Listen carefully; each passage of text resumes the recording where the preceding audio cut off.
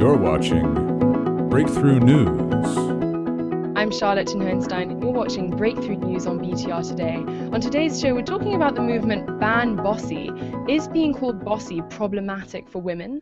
A new public service campaign from Facebook executive and so-called third wave feminist Sheryl Sandberg insists that this is keeping girls from attaining roles of authority in society. Joining us to discuss this is Sarah Fraser, host of BTR Pulse and Fox 5 contributor, as well as radio personality and musician Sammy Kay, and former co-host of Sarah's popular morning program, The Kane Show in DC on Hot 99.5. So Ban Bossy was launched in March of this year. Sheryl Sandberg, COO of Facebook, was a driving force with her organization leanin.org.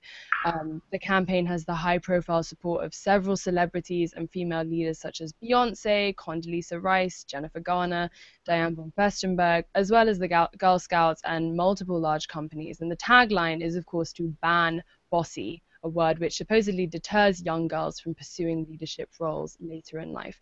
Sarah, do you think that this is really about literally banning the word bossy, or is there a bigger conversation here? Well, Charlotte, I think it is, there's two layers. Yes, I do think that I think that Sheryl's pretty serious about banning the word bossy, but I think it is a piece of a bigger puzzle. And I've actually read Sheryl Sandberg's Lean In book. I loved it. There's a whole section on there of choosing a life partner and like demanding that they do half the work. So I love that chapter.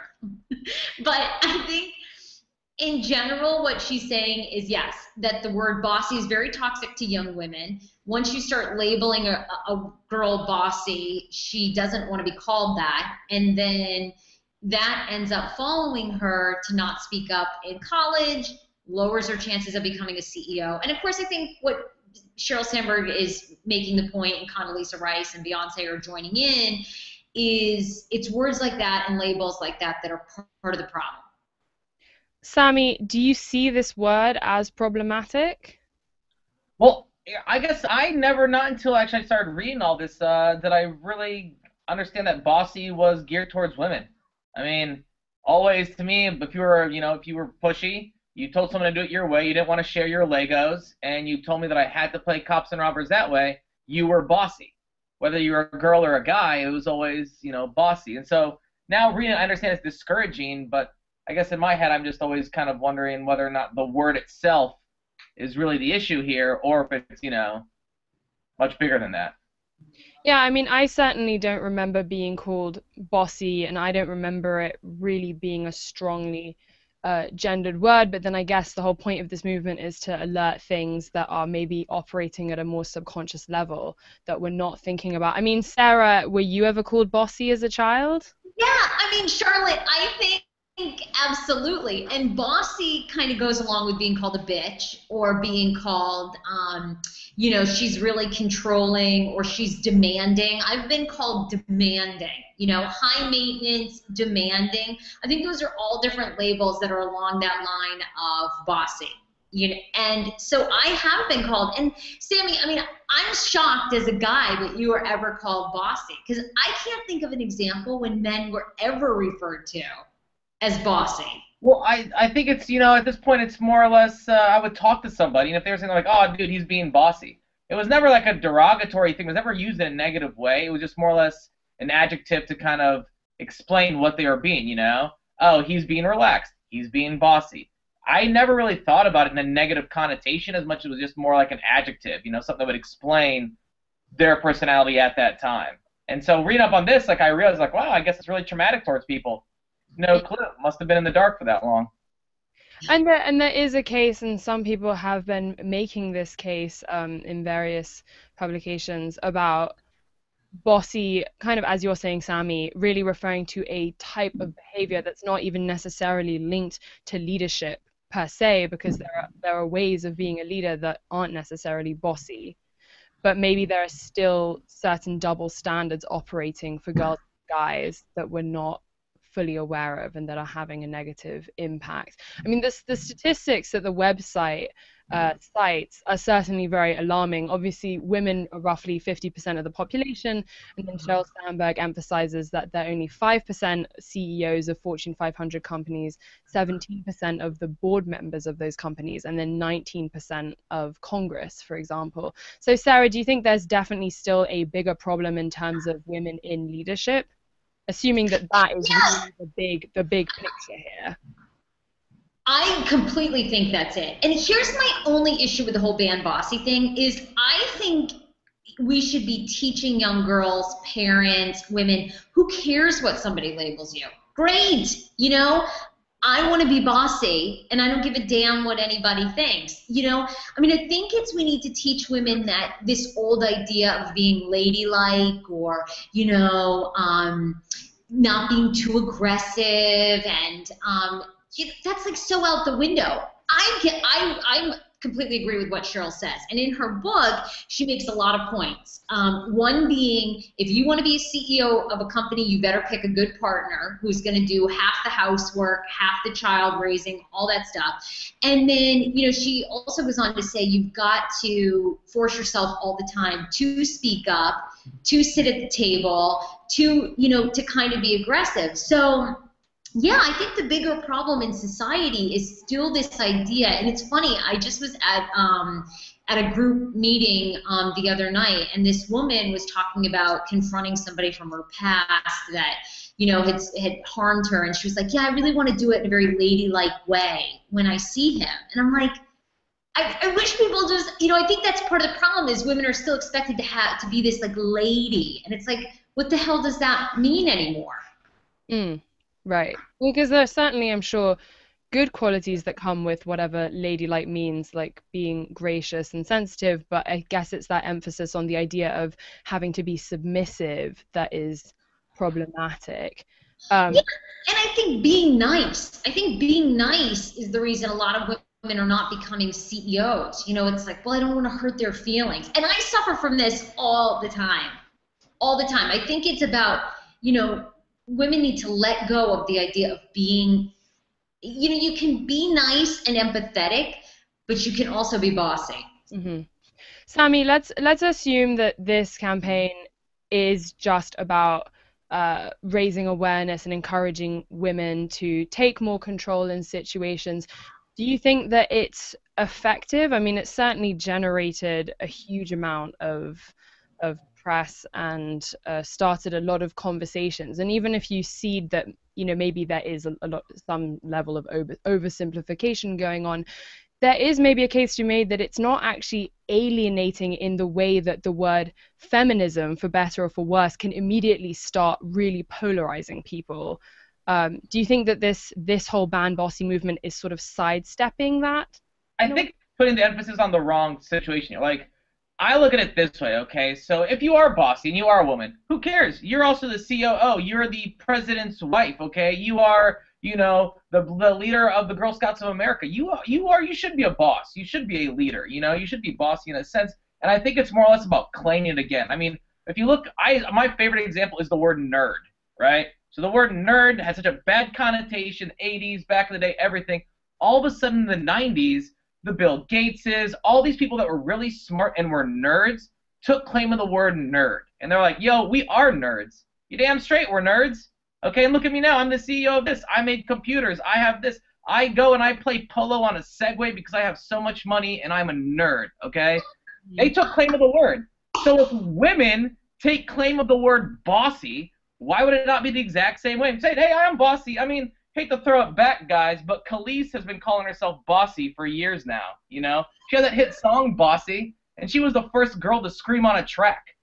So I think if you claim the word, you know, you could really take it all back. Just like how nerds took it in the 90s, women need to take bossy, and 2014s is, I don't know how to say the 2010s, but you know what I mean. I don't know if there's a word, but yeah. Well, and Tina Fey, her book is Bossy Pants. There you go, see? Successful. She's clearly owning it. Yeah, and Beyonce's catchphrase for this, you know, Ban Bossy campaign, which is "I'm not bossy, I'm the boss," actually seems to give you leeway there to reclaim that word. Yeah, that's what I say. I say reclaim it. You know, that's always the best thing you can do. I'm bossy because that's to be bossy, boss like. Well, we're going to take a quick break. We'll be right back after a brief excerpt from this week's episode of Serious Business featuring the Flesh Tones. 1, 2, 3, 4. Remember for the Ramones. Remember for the Ramones. You don't know what it means to hit the barrier and make the scene for a rock and roller and a kid from Queens. We remember the Ramones. Remember the Ramones. We remember. We're back with our discussion on banning the word bossy. So one of the angles that this campaign emphasizes is actually the role of women in films, for example, and they have these statistics, which actually I was not aware about and found quite shocking, which is that in the top 100 films in the US in 2011, only 33% of the characters were women and only 11% of the protagonists, which to me just seems shocking because I watch films, but I guess that those are the stats that they have. Sammy, do you think there are other conversations that could be emphasized more in this campaign? So, for example, the role of media in shaping girls' self-esteem. They have a bunch of celebrities who are supporting this campaign, and yet that conversation doesn't seem to be happening with the celebrities. Well, I mean, it's funny because the celebrities are the ones talking about it, but yet they're doing the roles in which go back and kind of promote the old stereotypes. I mean, if you think about this, anytime you have a mean boss, you know, everyone hates them. No one likes the mean boss. No one likes the boss that tells them what to do. Everyone likes the boss that has them, you know, leave work early, do whatever you want to. But in every TV show, any sort of media representation, you have someone going, Johnson, get your ass in here, you know, and yell at him for doing something wrong, right? So all of a sudden, let's say you do have a mean boss, but you make it a lady, but you have her be, as opposed to the villain that they're all trying to sneak away from work with, you know, have her be the person that's helping them out, have them do something. I mean, there's a million different angles you could look at it, but to say it's the TV or to say it's music, to say it's this, I mean, that's a much bigger deal than that. You know, I think it goes back to really the parents teaching their daughters at a young age, like, hey, it's bossy. Okay, you're bossy. Sometimes you should be bossy. Other times you shouldn't be bossy. That's the key. It's about balancing everything, you know? Because I noticed that one of the tips, I mean, online they have these downloadable packets that give advice you can for the girls, for the parents, for the teachers. And one of the tips for the girls, in fact, it was the first one, was speak up in the classroom, which is obviously good. But then it said, you know, even if you don't know what the right answer is, like, raise your hand anyway, because it's important to think of your feet. And that to me seemed kind of misplaced, because surely that's just encouraging, you know, talking when you don't actually know what you're talking about. No? Or maybe I'm coming at this from the wrong angle. My answer is carrots. What? Carrots. It's the exact same thing. If I don't know what the answer is, why the hell am I answering the question? So I think just because I have the guts to raise my hand and to say the first thing that comes to my mind does not mean it's probably the appropriate answer. I mean, I think there's a balance there. Like, yes, you should, if you think you know the right answer in your heart of hearts, raise your hand. Be confident about it. Say, hey, I know the answer.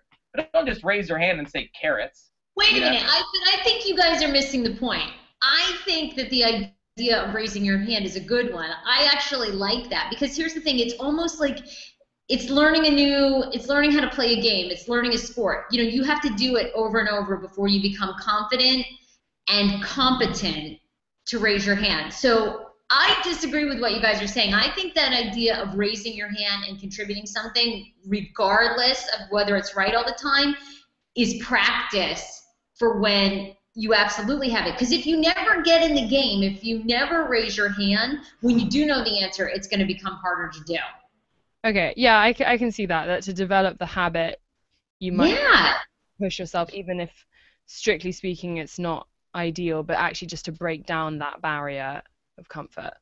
But so, Sarah, you mentioned the word bitch, and what I was wondering was, is there an element here, though, of bitch can still be used in kind of a sexy way, like you can still own it, in a way that bossy is just not sexy at all? And maybe that's part of the problem with this word and why girls shy away from it, is because they still want to somehow appear sexy, and maybe that's the obsession that people need to let go of? What do you think about that?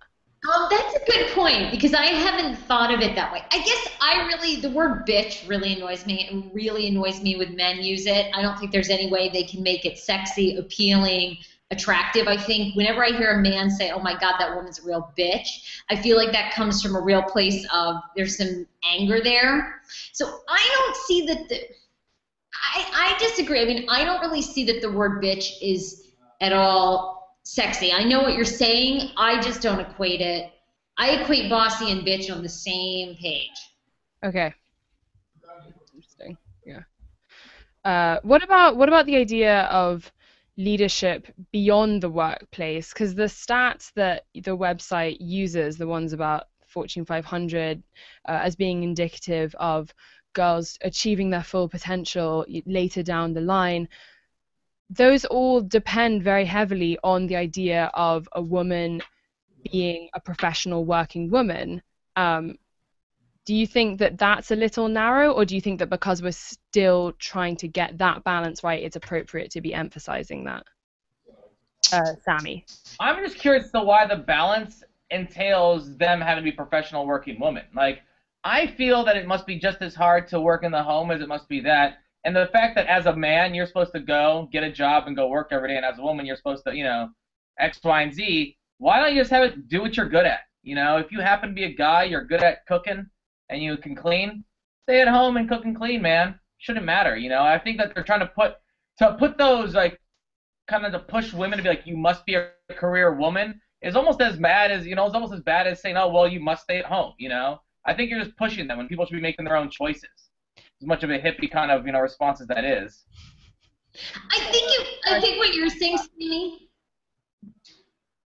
to me, what you're saying, Sammy, makes a lot of sense when we get to the point where as many men are becoming stay-at-home dads. Mm-hmm.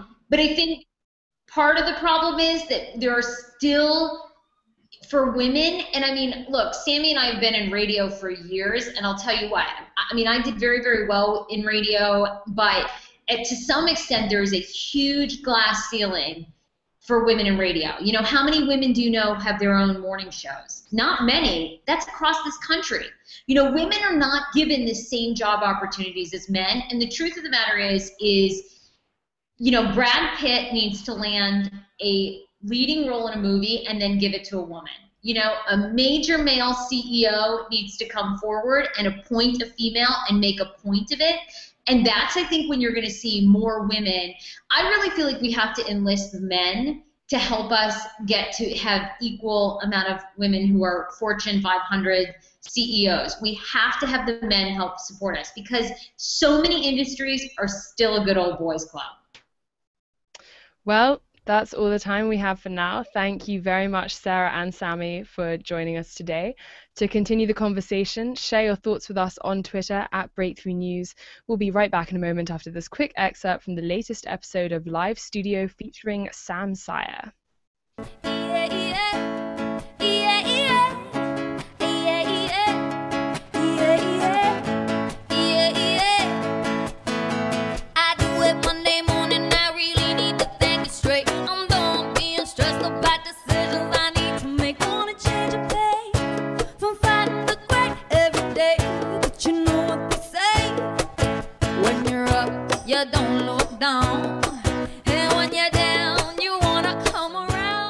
Thank you everyone for tuning in. I'm Charlotte Hohenstein and this is Breakthrough News, an independent news show for the free thinking web. We bring you a range of voices on the issues that today's generation is thinking about.